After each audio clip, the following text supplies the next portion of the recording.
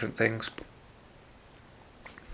Okay, let's go and have a look at the photos, because I think the photos are done really, really well now. So we've got the ability to be able to have, I put just a few on here, so we can just have a look at all of our photos, albums, or by event. So I've put a few on here just very, very quickly for demonstration purposes. Now what it does is it optimizes your photos. So some of your photos are probably taken at quite a high resolution. I know my digital camera is not a great one, but it's still 8 megapixels, which is pretty high, and certainly not what you need in terms of taking up a huge amount of storage on your iPad. So I guess it optimizes them probably to sort of 1024, that sort of 1024 768, or scaled anyway as a ratio. Actually no, it's got to be higher, because I mean, just by, if I just zoom in here, and you can see, I mean, that the quality of it's difficult to see, but the detail's definitely higher here, because I'm able to sort of pan in on the photo, only to a certain amount. But if I just move that around to there, we can definitely sort of make out the Nissan badge of the 350Z there. So it's definitely storing it at a higher resolution than perhaps I might have thought. And obviously we can then flick between photos. So these are just a few holiday photos of the cottage down in France.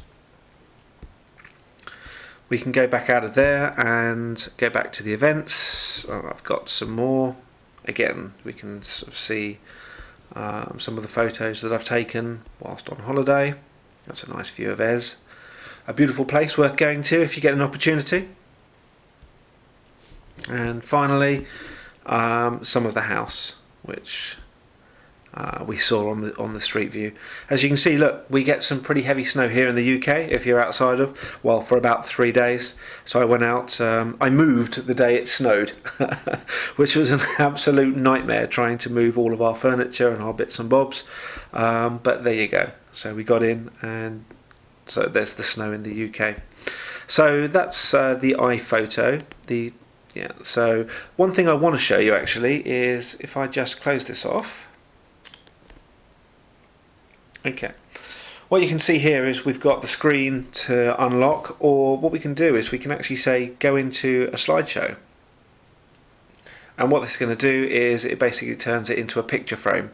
So if you've got it there on a mantelpiece or something, I guess you can sort of do photos, and it'll sort of take photos randomly out of your out of your photo book.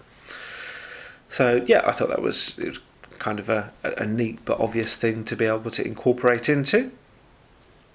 Okay, so I think we've pretty much covered most of what we got. One last thing to take a look at, which I really found to be a big improvement over the original one, and what we got here. Okay, so at some point I searched based on some guy who smashed his iPad. So let's go in. So you see we've got a search. We can flick through the different videos that have come up as a result of the search, and you've got to feel sorry for this guy. So I'm just going to air his video, and maybe jump over to, I think, 1 minute, about 1 minute 10, 8. You can see that as I move, it moves the gun. This poor guy, it really got a feel for him here. I can't right now, but you get the idea. So as I move around. So he's producing a podcast. But, what the fuck? Oh shit! God damn it! Shit, man, why'd you let go of it? Dude, I'm so sorry, man. Oh shit! Oh fuck! Yeah, you got to feel sorry for that guy, haven't you? Sort of came up with the idea of sort of reviewing a couple of applications, and he ends up with a broken iPad. That certainly won't be happening in this podcast. Well, I certainly hope not anyway. So yeah, once it's sort of aired one, you can then sort of, you've got related videos on the right hand side. You can read sort of a bit more information about it. It's just really nicely put together. So yeah, an improved version of YouTube, no questions about that. Videos, probably worth having a quick look at videos. I liked this. This is let's go back into here. So I produced a couple of test videos for this show, which are on here, and I sort of tested out various different resolutions before finally recording this one. But I did put across a movie that I converted for the originally converted. I've got Spacker badge. Super, that's not even on the badge. So briefcase wanker. The baggage themed insult. Thanks, Mum. Thanks a bunch. As you see, worked perfectly. Really, really good quality. 640 by 480 works really, really well. So anyone watching that clip wondering what that was, that's the In-Betweeners, and I can't recommend it highly enough. It's extremely funny. Seasons 1 and 2 available to buy on DVD. So there we go. I guess that's pretty much the applications that come with the actual iPad. Obviously, there's the App Store, calendar, contacts. If you go out and buy one, you should be able to play with that. And I guess that'll work quite well to sort of wrap up the first episode of this show and sort of give you a flavour of what the iPad does and what comes with the iPad.